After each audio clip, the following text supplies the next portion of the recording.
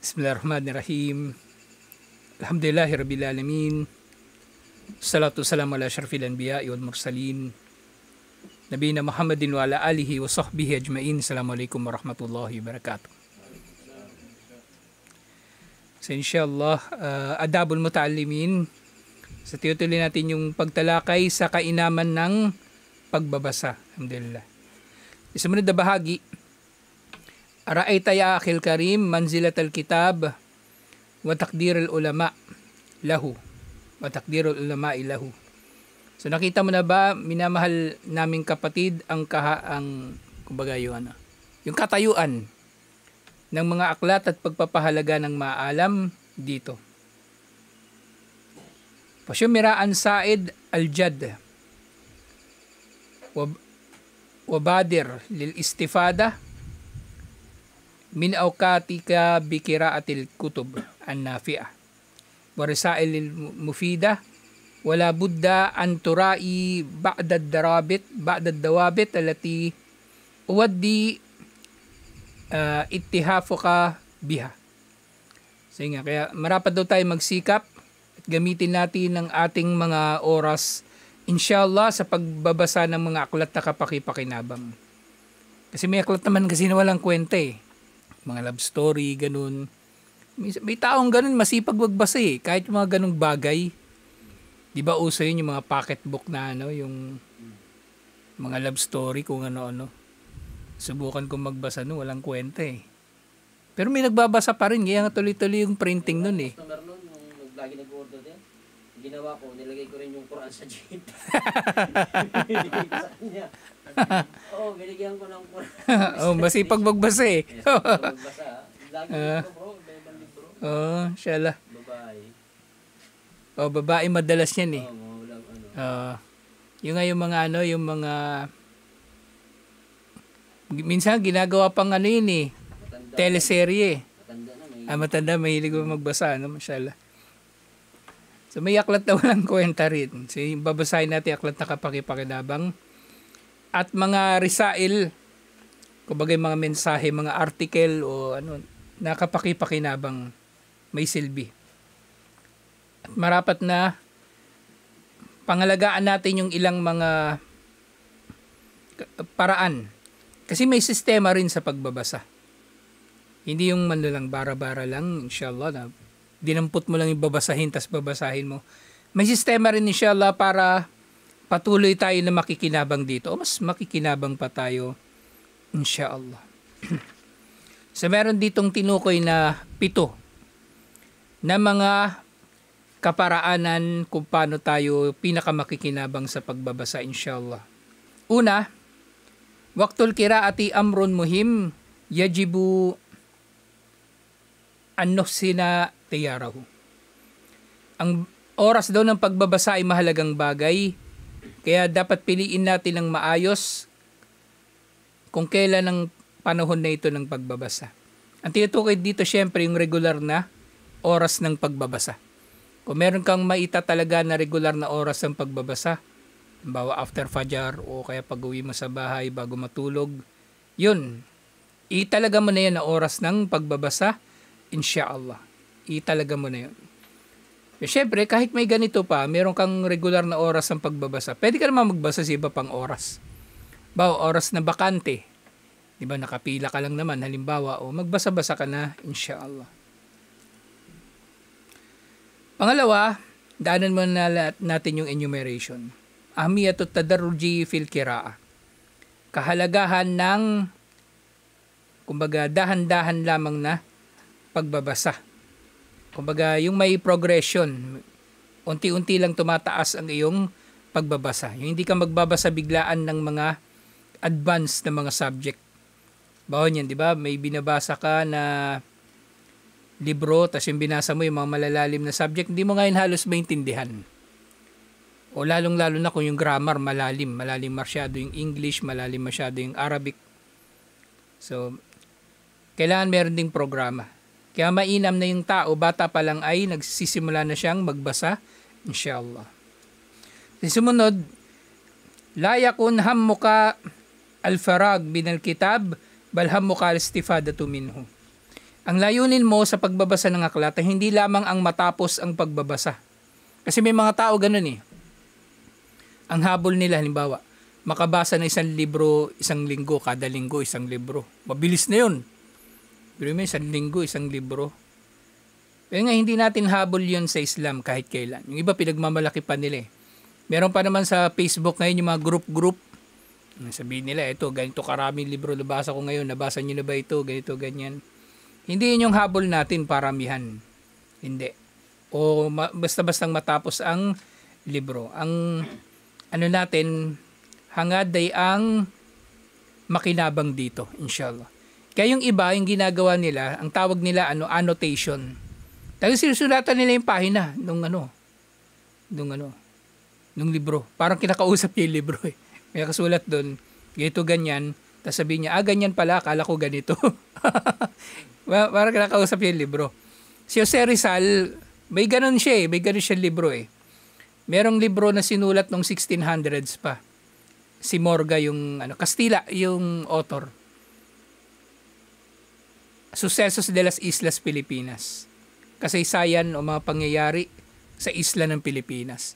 Nung nakita ni Jose Rizal yun sa library, so ginawa niya, kinopya niya yun, tapos nagsingit-singit siya ng kanyang annotation, kanyang komento doon sa mga sinulat ng Kastila.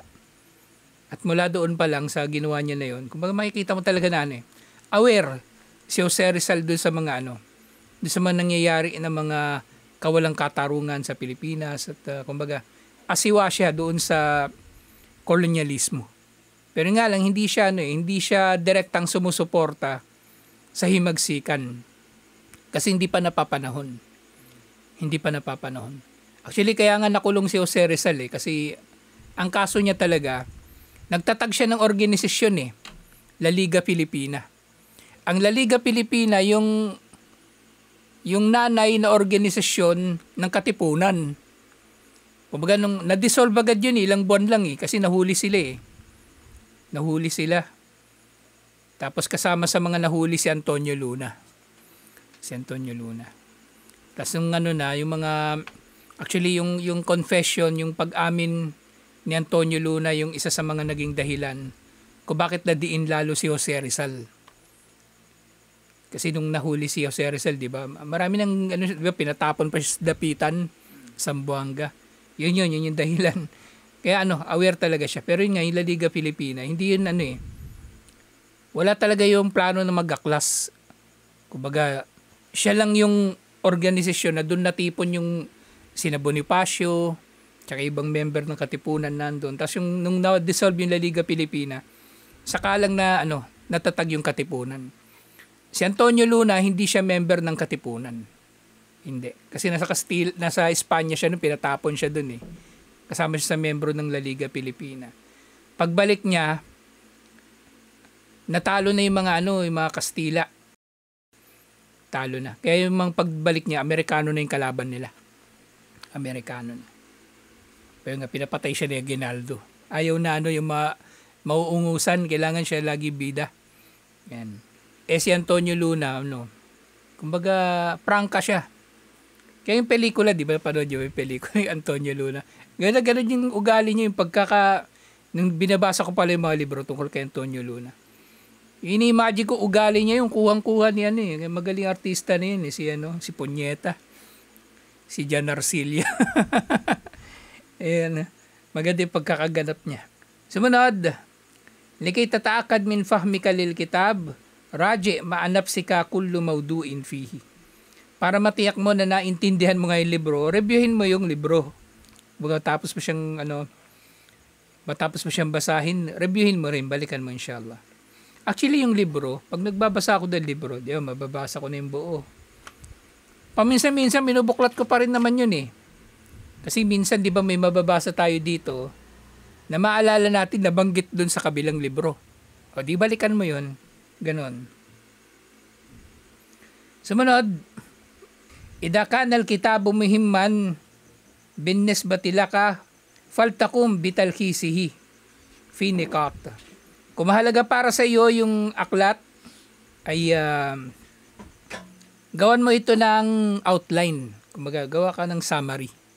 Nga para kung re-reviewin mo man yun, maalala mo, may nilalaman doon sa libro na yun na ganito. Pang-7 ay pang-6 na pala. Min asbabil uzuf alal kiraati wal milal enda ba'dil qura dannahum annahu la budda an yaqra al kitaba min al gilafi ila al gilaf. So isa raw sa mga dahilan na naiinip o nayayamot yung ilan sa mga nagbabasa kasi akala nila kailangan nilang basahin yung libro cover to cover. Okay, kailangan nilang tapusin agad. Okay, kailangan nilang basahin dire-diretso. Ibig sabihin, akala nila kailangan tapusin muna nila ito bago sila magbasa ng iba pa. Pero hindi. Pwede binabasa mo to, tapos babasa ka rin ng iba. Sabay-sabay. Pwede naman ganun. Kasi kung nainip ka na dito, nainip ka na, o kuha ka ng isa uli. Pwede naman yun eh. Pwede. Basta tandaan mo lang kung saan ka natigil. Tandaan mo lang kung saan ka natigil. At yun ngayon, pang-7, at tawzi'u amrun matlub. Fala yaksurul kare juhdahu wa waqtahu fi fannin wahidin duna gayrihi. So yung nagbabasa, hindi pwedeng isa lang yung pagkakaabalahan niya.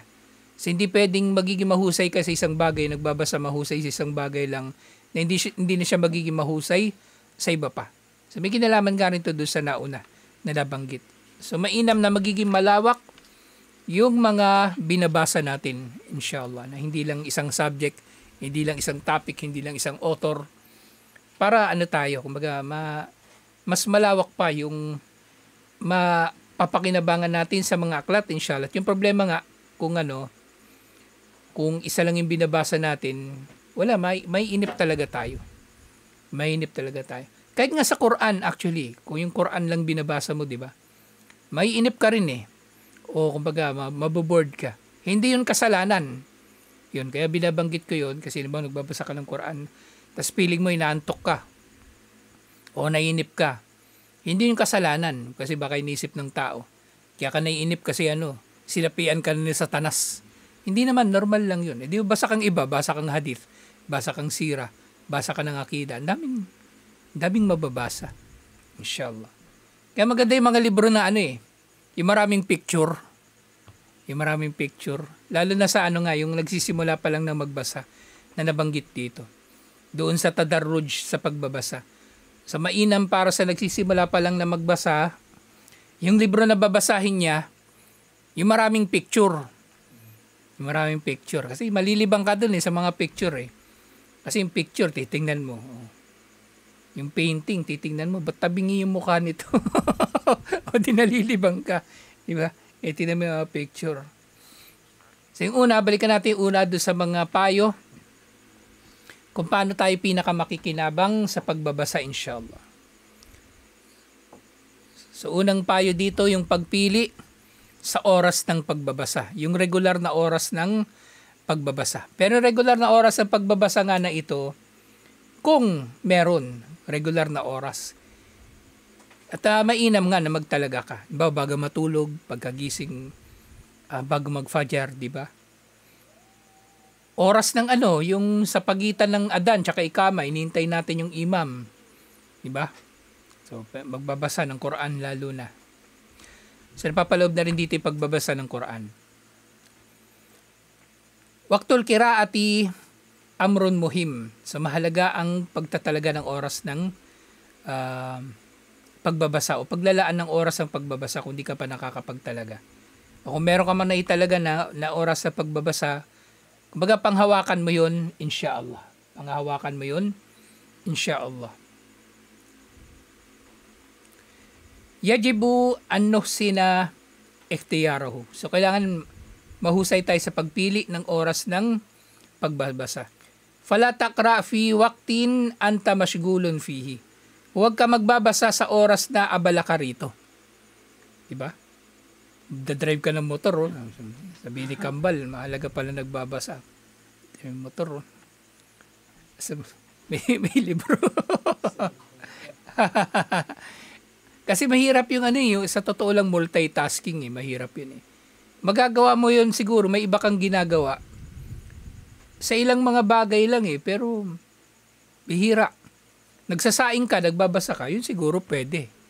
Kasi silip-silipin mo lang naman yung sinasaing mo Pero yung yung mga trabaho na kumbaga yung maselan, nagbabantay ka ng CCTV ng barangay o kaya gwardiya ka. Babasa ka. Asan yun yung magnanakaw? Kalahating oras yung magnanakaw, paikot-ikot din, di mo man lang nakita. Kasi abala ka. So, kailangan piliin ng tao yung oras. Inshallah. Yung ngayon. Lalo na kapag nagmamaneho. Yun nga, may maganda rin batas nila yung distracted driving. Distracted driving. So, dapat hindi naabala yung nagmamaneho. Yung nga mga nagdadrive ng ng bus, may mga karatola na ngayon bawal daw kausapin. Maabala nga naman yung bus. Pero pinagtataka ko, bawal kausapin yung driver ng bus. Pero yung driver ng jeep, siya na yung driver, siya pa yung barker, siya pa yung kahero. 'Di ba? Siya pa yung kaya bilib ako sa mga jeepney driver 'Di ba? Liliko-liko pa yun, aabot-abot pa yun ng bayan. Tapos hindi na niya kinakapa niya lang yung barya. Bakit nga yun ang pinagbabawal Oo, mas matinding distracted driving yun 'Di ba? Hinihigpitan nila yung nagte-text pero yung jeepney driver, hindi nila hinihigpitan. Mas matinding kaya madalas makasagi yung mga yan Madalas nakasagi. Ng mga jeep yung mga mga na kaya hindi alam. Oo. Mga batas nila, hindi makatarungan. Tingnan mo doon sa Baknotan. Nasaan ba yun? Bad trip ako kahapon. Naniningil na sila ng parking. Di ba dati kahit saan sa palengke ng Baknotan pwede kang magparking? Ngayon bawal na. Meron ng isang area na lang na dun ang tricycle. Tapos may singil na. 10 piso. 10 piso yung bike tsaka motor. Yung 5 piso. 10 piso. Tapos kapag lumampas ka ng 3 oras, 50 pesos per hour. Pareho lang kayo nung kotse. Yan. Sinong nakaisip ng ito? Tricycle, sisingilin mo ng parking na pareho ng singil ng kotse. Kaya nga nag-tricycle para makatipid Tapos tatagain ka lang sa parking. Kumbaga, hindi pinag-isipan. Hindi kasi nagta-tricycle yung gumawa ng batas nito Kaya maganda yung di ba, yung Department of Transportation ni-require nila yung mga empleyado nila sumakay ng ng bus o ng MRT once a week. Pero kung ako yun, araw-araw, huwag kayong magkotse para ayusin ninyo yung Kasi maganda naman talaga yung public transportation kung pagagandahin Tini sa Japan. Sa Japan, bihira ang may kotse. Sa totoo lang. Sa liit ng Japan, kung lahat sila magkakakotse, wala na, mas matindi traffic doon kaysa sa atin. Kasi yung sa Japan kasi konti yung kapatagan nila Mas marami sa kanilang kabundukan sa Japan. Kaya ang pinaunlad talaga nila doon, public transportation, maganda yung mga tren nila, ganon. Kung dito kaya naman gawin sa Pilipinas yun Sa Japan kahit yung mayaman, nagko-commute. Ang mga merong sasakyan na lang talaga yung nando sa mga probinsya. Tapos sa mga sasakyan pa nila, maliliit. Scooter pa nga scooter, di ba? Bihira sa Japan yung yung mga kalalaking mga pick-up yung meron dito sa Pilipinas. Mga F-150. Walang ganun sa Japan. Ang meron sa Japan, yung meron dito, yung mga surplus, yung multicab. Yun ang marami. Yabang lang kasi mga Pilipino. Yabang ng mga Pilipino Dadagdag ko sa problema sa paparking sa kalsada. Kaya maganda yung mapaunlad yung Yung nga nabanggit ko kay Hasan nung nakaraan. May pinost si Dr. Vicky Bello. Tuwang-tuwa siya Kasi meron siyang hinahabol na concert. Pupunta siya ng MOA yata. Traffic. Nag-MRT daw siya. Tuwang-tuwa siya. Ang bilis ng MRT First time niya raw sumakay. Si Vicky Bello, yung nag-traffic yun. yung nagpa-plastic surgery. Mayari na. Tuwang-tuwa daw siya Kumano mapapaunlad So wag ka magbabasa pag abala ka. Lalo oras ng trabaho, di ba? Kung naghahalo ka ng semento, babasa ka. Kaya yung magandang, since ngayon meron naman ng di ba, e-books. Tsaka yung yung podcast, audiobooks. Audiobooks pala. Yung e-books kasi pwede nang basahin ng AI Tapos yung podcast. Sa YouTube pala, Di ba meron sa YouTube playlist? Pwede mo na siyang iset as podcast. Kaya ang ginagawa ko ngayon, yung mga, kasi series naman tong lecture natin eh. Sinet ko na siya as podcast na kapag matapos mo siyang mapakinggan o mapanood, kumbaga sunod-sunod siya na mapapanood. So, ganun ko siya ginawa. So, huwag kang magbabasa daw sa panahon na abala ka. Pero nga kung pakikinggan, pwede na rin siguro, naglalaba ka, di ba? Naglalaba ka o ano pa man. Nasa palengke ka, nagbabantay ka ng tindahan, nagpe-play ka ng Quran o ano. O meron kang negosyo, restaurant, play ka ng Quran doon. So, yun, maganda yun, inshallah. So, huwag ka magbasa kung ikaw ay abala o laday ka, mayuiko ka anil fahmi bisababi syurudiddahan o katratil amal. At kung halimbawang magiging abala ka sa pag-unawa kasi maingay sa trabaho, di ba, o marami kang ginagawa, so sayang yung oras. Di mag-focus ka na lang sa trabaho mo. Mag-focus ka na lang sa trabaho kasi minsan may trabaho na maingay eh, mekaniko, karpintero, so hindi mo rin maririnig. Di mag-focus ka na lang.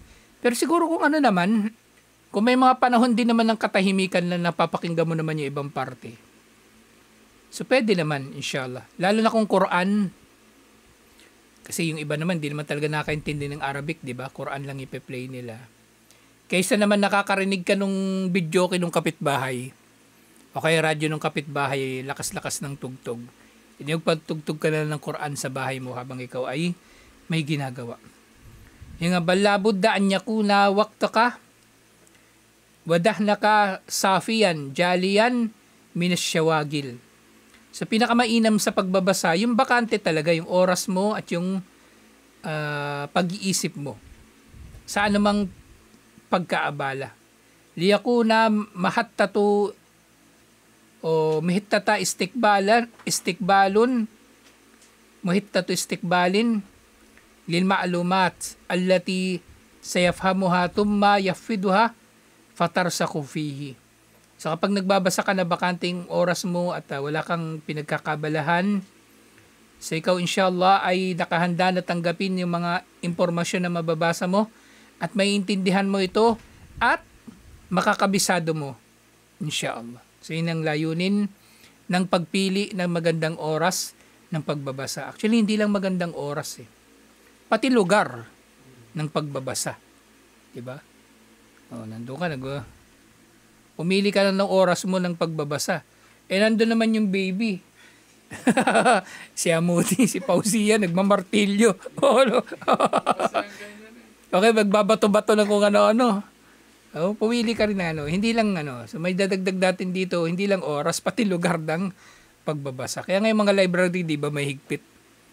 So, bawal maingay, ganun. Bawal nga pagkain sa library. At iba pang mga batas, alhamdulillah. So, ito yung ilan sa mga payo upang mapakinabangan natin ng husto ang ating pagbabasa, alhamdulillah. Tutuloy natin ito, inshallah. Assalamualaikum warahmatullahi wabarakatuh.